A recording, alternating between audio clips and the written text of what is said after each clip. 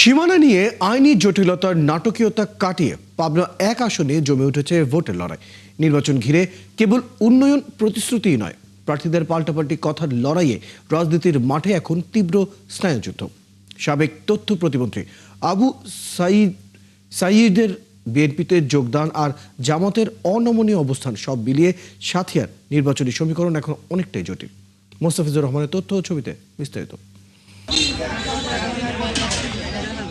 পাবনা এক আসনে এবার ভোটের সমীকরণ বদলে গেছে নতুন সীমানায়। বেড়া উপজেলার অংশ বাদ দিয়ে একক আসন পেয়েছেন সাথিয়াবাসী। 4 জন প্রার্থী মাঠে থাকলেও মূল লড়াই হবে বিএনপির শামসুর রহমান আর জামাতের প্রয়াত আমির মতিউর রহমান নিজামী পুত্র ব্যারিস্টার নাজিবুর রহমানের মাঝেই। আমাদের যেভাবে ভোট আছে, আমাদের ইনশাল্লাহ বিপি শামসুর তৃণমূল থেকে প্রার্থী হয়েছে, ধানের শীষের বিপি শামসুর ইনশাল্লাহ বিজয় লাভ করে। বাংলাদেশ জাতীয়তাবাদী দল সাথিয়ার মাটিতে এত দুর্বল নয়।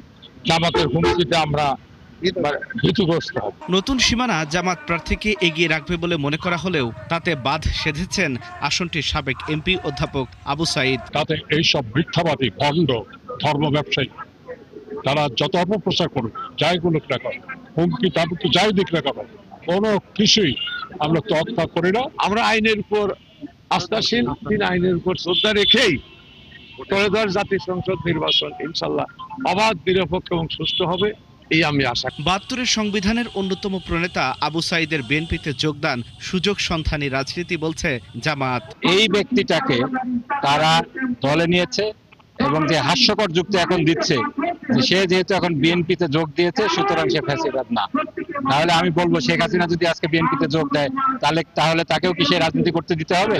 এটা তো হতে পারে না। আসনটিতে বিএনপি জামাত কোনো পক্ষই কাউকে ছাড় দিতে নারাজ, তবে সাধারণ ভোটাররা চান শান্তিপূর্ণ নির্বাচন। রাস্তাঘাটের সমস্যা এগুলো বড় সমস্যা। আমরা অটো চালা তো শান্তি পাই না, এই জায়গায় ট্যাক্স দেওয়া লাগবে, ট্যাক্স দেওয়া লাগে, আমাদের যাতে এগুলো বন্ধ হয়। দেশ ভালোভাবে চললে পরেই যাতে মানুষ নিরাপদে চলতে পারে, দেশ উন্নত হতে পারে, এসবগুলো। অধ্যাপক আবু সাইদকে ঘিরে নতুন রাজনৈতিক মেরুকরণ উত্তাপ ছড়াচ্ছে পাবনা একের ভোটের মাঠে।